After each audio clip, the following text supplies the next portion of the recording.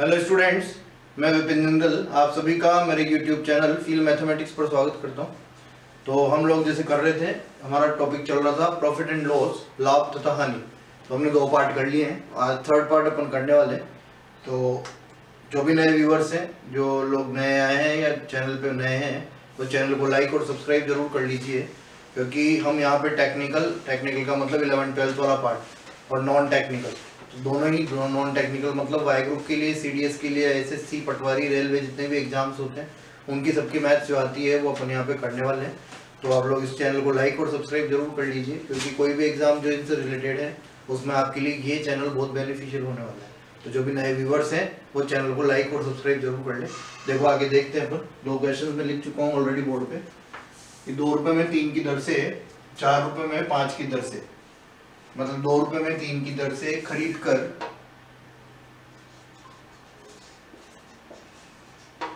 4 रुपये में 5 की दर से बेचने पर लाभ प्रतिशत क्या होगा। 2 रुपये में 3 की दर से कुछ ही मान सकते हैं अपन, कोई सी भी चीज, केले मान लो, नींबू मान लो, संतरा मान लो, कुछ ही मान सकते हैं। हमने क्या किया है कि if 3 bananas is bought in 2 rupees and sold at the rate of 5 bananas in 4 rupees, then find percentage profit। हमें प्रतिशत लाभ बताना है। क्या है क्वेश्चन, देखो 2 रुपये में 3 की दर से, 2 रुपये में कितने केले खरीद रहा है वो, 3 केले, और 4 रुपये में 5 की दर से बेच रहा है, यानी कि 5 बनानास, या फिर अपन लिखते हैं 4 रुपीज में वो 5 केले सेल कर रहा है। देखो क्या होता है, मैंने जो पहले ही बताया था, अपन ने जो किया था, सबसे बेसिक मेथड ये आपने कुछ भी नहीं आता है, हालांकि अपन इसको नहीं करेंगे, अपन इसको शॉर्ट ट्रिक से ही करेंगे, जो छोटा मेथड है उससे।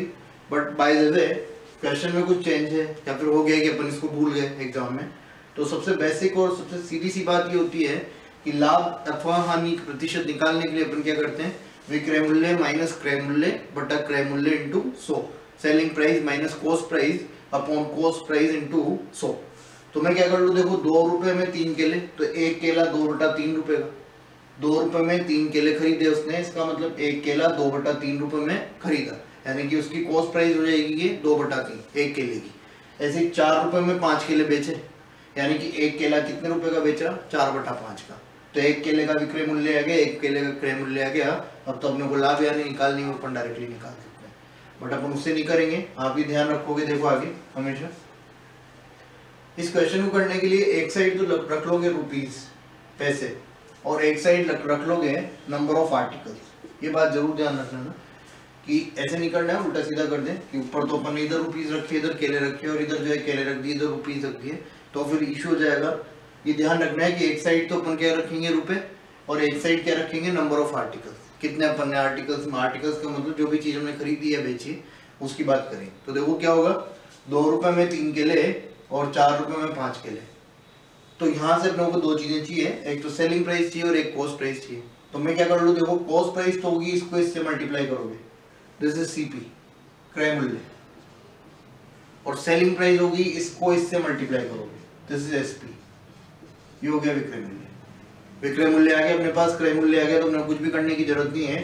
परसेंटेज प्रॉफिट अपने को निकालना है, प्रतिशत लाभ, तो परसेंटेज प्रॉफिट हो जाएगा अपना, देखो क्या लिख दूं मैं 2 × 5 ये तो क्रय मूल्य, और 4 × 3 ये हो गया विक्रय मूल्य, तो 4 × 3 is 12, selling price minus cost price 2 × 5 10 divided by profit या लॉस किस पे देखते हैं, कॉस्ट प्राइस पे, यानी कॉस्ट प्राइस नीचे है, इनटू क्या करते हैं 100। तो देखो ये 2 ये 10 टाइम्स कट जाएगा इससे 10 से, तो 20% जो है प्रॉफिट हो जाएगा, यानी कि अगर वो इस रेट से केले बेचता है तो उसको 20% प्रॉफिट होगा। सेम क्वेश्चन देखो इधर एक बार हो, क्या दे रखा है क्वेश्चन में कि 4 रुपए में 3 नींबू खरीद कर 3 रुपए में 4 की दर से बेचने पर लाभ अथवा हानि प्रतिशत ज्ञात करो। देखना एक बार, if 3 lemons are bought in 4 rupees and sold at the rate of 4 lemons in 3 rupees, then find percentage profit oblique loss। तो 4 की दर से अपन बेच रहे हैं, 3 रुपए में 4 की दर से, और खरीद कैसे रहे, 4 रुपए में 3 की दर से। हमने कुछ नहीं करना, एक साइड क्या रख लूं मैं रुपए, 4 रुपए में कितने नींबू खरीद रहा है, 3 नींबू, एक साइड क्या रखना है रुपए, एक साइड क्या रखना है वस्तुएं, वस्तुओं की संख्या। 3 रुपए में 4 की दर से बेच रहा है, तो 3 रुपए में 4 की दर से, तो ये लिख दिया अपन ने 4 लिखो। क्या करना है देखो अपने को, मैंने क्या बताया, कॉस्ट प्राइस के लिए तो इसको इससे मल्टीप्लाई, और सेलिंग प्राइस के लिए, विक्रय मूल्य के लिए इसको इससे मल्टीप्लाई। तो क्या हो रहा है देखना एक बार, इस 4 को 4 से मल्टीप्लाई किया तो कॉस्ट प्राइस तो हो गई अपनी 16, और सेलिंग प्राइस निकालनी है तो सेलिंग प्राइस 3 को 3 से मल्टीप्लाई किया तो 9। तो क्या लिखोगे, selling price minus cost price divided by cost price into 100। विक्रय मूल्य माइनस क्रय मूल्य बटा क्रय मूल्य इनटू 100। ये तो सीपी है ना अपना, ये क्रय मूल्य और दिस इज विक्रय मूल्य, सेलिंग प्राइस। तो देखना एक बार, 9 माइनस 16, यहाँ क्या आएगा -7, और माइनस का मतलब क्या इंडिकेट करता है, लॉस हुआ है, हानि हुई है। तो -7 की जगह मैं लिखूंगा 7, और अपन समझ चुके हैं कि माइनस का मतलब क्या है, लॉस होगा 100 में। 7 बटा 16 इंटू 100, 4 से कट किया 4 बार, इसको कट किया 25 बार, 25 इंटू 6 7, 175 बटा 4। यहाँ से देखो इसमें डिवाइड करोगे तो 4 4 जा 16, एक यहाँ रिमाइंडर रहेगा, तो 4 3 जा 12, यानी कि 3 बचे यहाँ से, 4 4 जा 16, 1 4 3 जा 12, 3/4%। तो ये जो है हानि होगी, इतना लॉस को होगा इसको में। ठीक है, तो अपन ऐसे ही करेंगे। एक बार और सुन लेना, बेसिक मेथड जो है, बेसिक मेथड में कुछ नहीं करना, अपन एक एक केले का क्रय मूल्य और विक्रय मूल्य निकाल के परसेंटेज प्रॉफिट लॉस निकाल लेंगे। इधर से भी एक एक केले का क्रय मूल्य और क्रय मूल्य निकाल के अपन उसका प्रॉफिट लॉस निकाल लेंगे। देखो आगे नेक्स्ट क्वेश्चन, स्क्रीनशॉट ले लेना इसका एक बार, या फिर इसे भी करो। देखो आगे नेक्स्ट क्वेश्चन देखो, किसी वस्तु को 75 रुपए में बेचने से उतने ही प्रतिशत लाभ होता है जितना उसका क्रय मूल्य है। तो क्रय मूल्य ज्ञात करो। इंग्लिश वाले सुन लेना, by selling an article in 75 rupees the profit earn is equal to the profit percentage of profit earn is equal to cost price of the article, then find cost price. कहने का मतलब ये है कि जितना जो आर्टिकल है उसकी जितनी कॉस्ट प्राइस है उतना ही परसेंटेज प्रॉफिट उस पर होने वाला है। यानी कि अपन ये कह सकते हैं कि जो भी वस्तु जितने में खरीदी गई है, जैसे सपोज करो मैं कह दूं रैंडमली कि कोई वस्तु है वो 60 रुपए में खरीदी गई है, तो उसको बेचने पर 60% लाभ होगा। कोई वस्तु 30 रुपए में खरीदी गई है तो उसको बेचने पर 30% लाभ होगा। तो हमें वही बताना है कि कोई वस्तु, सपोज करो देखो कि माना कि मैंने उसको let article is bought in rate x rupees, या अपन कह सकते हैं कि मैंने उसको x रुपए में खरीदा है, तो इसमें परसेंटेज प्रॉफिट कितना होगा, x%। x में खरीदा तो परसेंटेज भी x% होगा। तो अगर x से करते हैं तो ये तो कॉस्ट प्राइस होगी x रुपए, प्लस इसमें क्या जोड़ दूं, प्रॉफिट। प्रॉफिट कैसे निकालोगे, x का x%, कितना ही परसेंटेज प्रॉफिट होगा, तो x इंटू क्या कर दूं मैं, x बटा 100, और ये तो हो गया अपना कॉस्ट प्राइस, ये हो गया अपनी अपना profit. Cost price plus profit, ये क्या होगा, सेलिंग प्राइस के बराबर। यानी कि अपन लिख सकते हैं देखो, क्रय मूल्य प्लस लाभ बराबर विक्रय मूल्य। बट हम क्या करेंगे, इसको x से नहीं करेंगे, ये ध्यान रखोगे। देखो इस पर्टिकुलर क्वेश्चन में, इस टाइप के में हमें देखो पता ही है ऑलरेडी कि ये जो कॉस्ट प्राइस पूछी गई है, क्रय मूल्य, इस कॉस्ट प्राइस या क्रय मूल्य के लिए अपने पास ऑप्शंस है यहाँ पे इस तरह से। ये सारे क्वेश्चन देखो पूछते रहते हैं एग्जाम्स में, आई ग्रुप टाइप के एग्जाम जो है, या इजी क्वेश्चन अगर बनते हैं तो इस टाइप के क्वेश्चन मोस्ट प्रोबेबली पूछे जाते हैं बार बार ना। तो देखना ये जो है अपने पास ऑप्शन रहेंगे ऑब्जेक्टिव पैटर्न है ना। तो क्या होगा कि अगर इसकी कॉस्ट प्राइस 40 है तो क्वेश्चन के अकॉर्डिंग क्या होना चाहिए, इस पे 40% प्रॉफिट होना चाहिए। जब इस कॉस्ट प्राइस में मैं प्रॉफिट जोड़ूंगा 40%, तो वो किसके बराबर आ जाना चाहिए, 75 के। पहले देखना एक बार कि कॉस्ट प्राइस इसका 40% निकाल दूं मैं, इसका 40% निकाला तो ये 40% हो गया इसका 16, तो 40 और 16 अगर जोड़ते हैं तो ये तो 56 ही हुआ अपना। इसका मतलब ये नहीं हो सकता है। अगर इसकी कॉस्ट प्राइस 60 होती तो 60 का क्या निकाल देते हैं, 60%। जितनी कॉस्ट प्राइस होगी उतना ही प्रॉफिट होगा, उतना ही परसेंटेज प्रॉफिट होगा।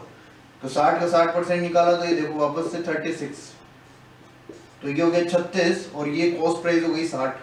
60 प्लस 36 96, जबकि 96 नीचे हमें क्या चाहिए, 75, तो 96 हो रहा है। ये तो क्रय मूल्य प्लस लाभ, कॉस्ट प्राइस प्लस प्रॉफिट, दोनों को मिला के क्या होना चाहिए, सेलिंग प्राइस के बराबर, तो ये भी नहीं होगा।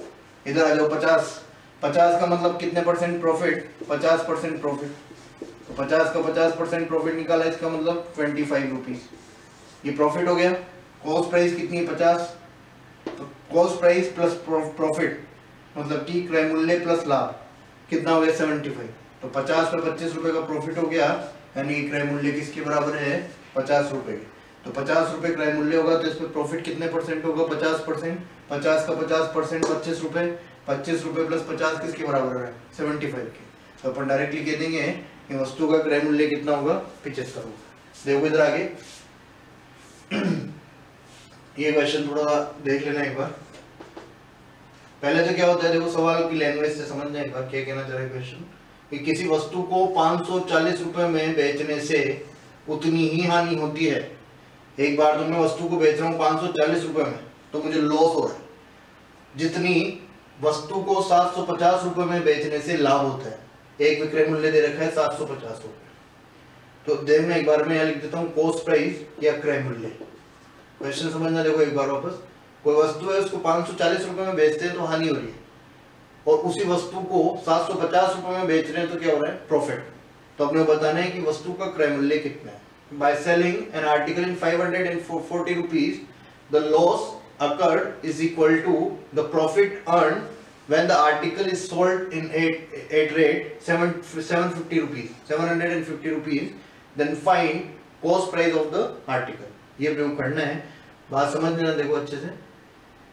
ये कॉस्ट प्राइस माने कि मेरे को पता नहीं कुछ भी हो, है ना।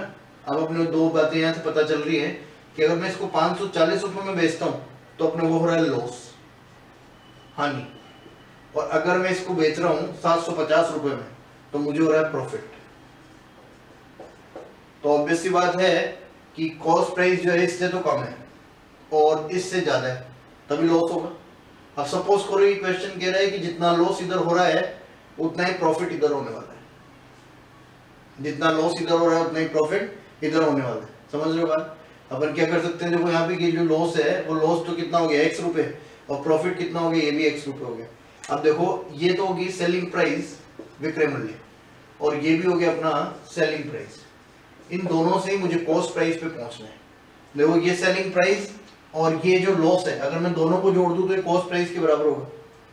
विक्रय मूल्य प्लस हानि, विक्रय मूल्य प्लस हानि बराबर किसके होगा क्रय मूल्य के, और विक्रय मूल्य माइनस लाभ वो किसके बराबर होगा क्रय मूल्य के। समझो देखो एक बार, 100 रुपए की कोई चीज है वो मैंने 120 रुपए में बेची, 100 रुपए की चीज है कोई, कॉस्ट प्राइस है इसकी और ये सेलिंग प्राइस है, तो लाभ कितने रुपए हो गया 20 रुपए लाभ हो गया। 100 रुपए की चीज मैंने क्या किया 120 में बेची, तो प्रॉफिट कितना हो गया 120 रुपए।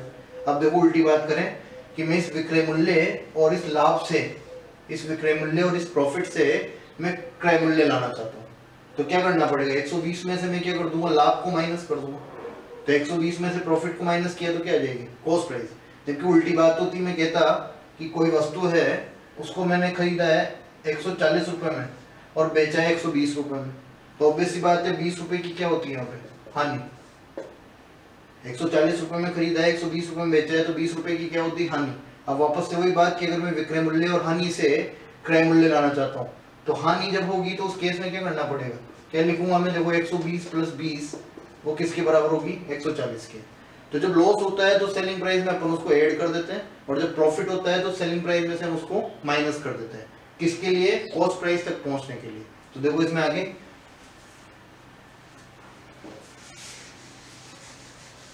क्या करते हैं, देखो अपन इसमें अगर मैं लॉस को ऐड करता हूं तो 540 प्लस एक्स ये हो गई कॉस्ट प्राइस, और अगर मैं इसमें से माइनस कर देता हूं प्रॉफिट को तो ये भी क्या हो गई कॉस्ट प्राइस।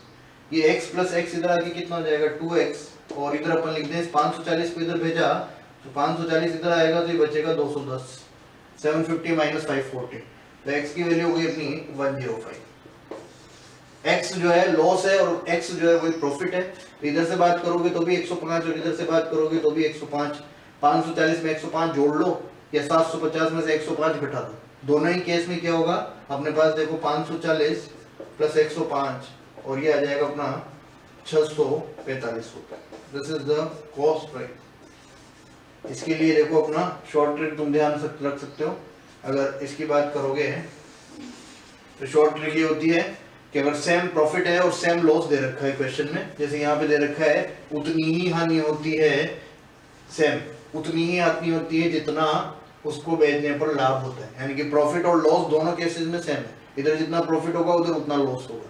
अगर ये बात है तो अपन क्या करेंगे, डायरेक्टली इतना सब करने के बजाय दोनों को ले लेंगे, इस सेलिंग प्राइस को भी ले लेंगे और इस सेलिंग प्राइस को भी ले लेंगे, दोनों को ऐड करके डिवाइड कर दो 2 से, यानी कि कॉस्ट प्राइस जो है अगर क्रय मूल्य मुझे निकालना है तो क्रय मूल्य के लिए क्या कर दूंगा मैं, दोनों को ऐड करके 2 से डिवाइड कर दो, 540 प्लस 750 अपॉन 2, 540 प्लस 750 अपॉन 2। दिख नहीं रहा होगा, लास्ट आ गया थोड़ा, तो ये ऐसी जगह कम है इसलिए सुन लेना मुझे कि अगर इन दोनों को जो है अपन ऐड कर रहे हैं ऐड करके क्या कर देंगे डिवाइड, किसके लिए, कॉस्ट प्राइस लाने के लिए। और कब कर सकते हैं ऐसा, जब हानि और लॉस और प्रॉफिट दोनों क्या हो इक्वल, तो इसको डिवाइड करेंगे तो ये हो गया अपना 645। तो डायरेक्टली अगर करना चाहो, अगर क्वेश्चन की लैंग्वेज ये है तो अपन डायरेक्ट इससे भी कर सकते हैं, दोनों को ऐड करके डिवाइड बाय 2। स्क्रीनशॉट ले लो, फिर आगे देखते हैं नेक्स्ट क्वेश्चन।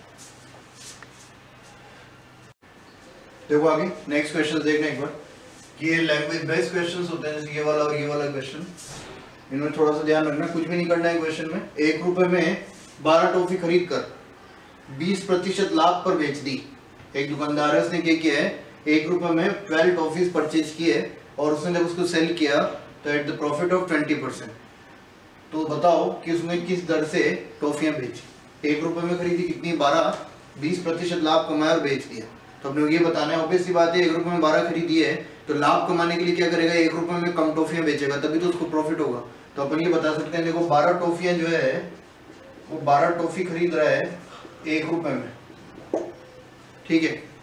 तो एक टॉफी कितने रुपए में खरीदी है उस आदमी ने, एक टॉफी खरीदी है उसने 1/12 रुपए में। ये जो 1/12 रुपए है ये इसका 100% होगा, क्रय मूल्य होगा इसका, कॉस्ट प्राइस।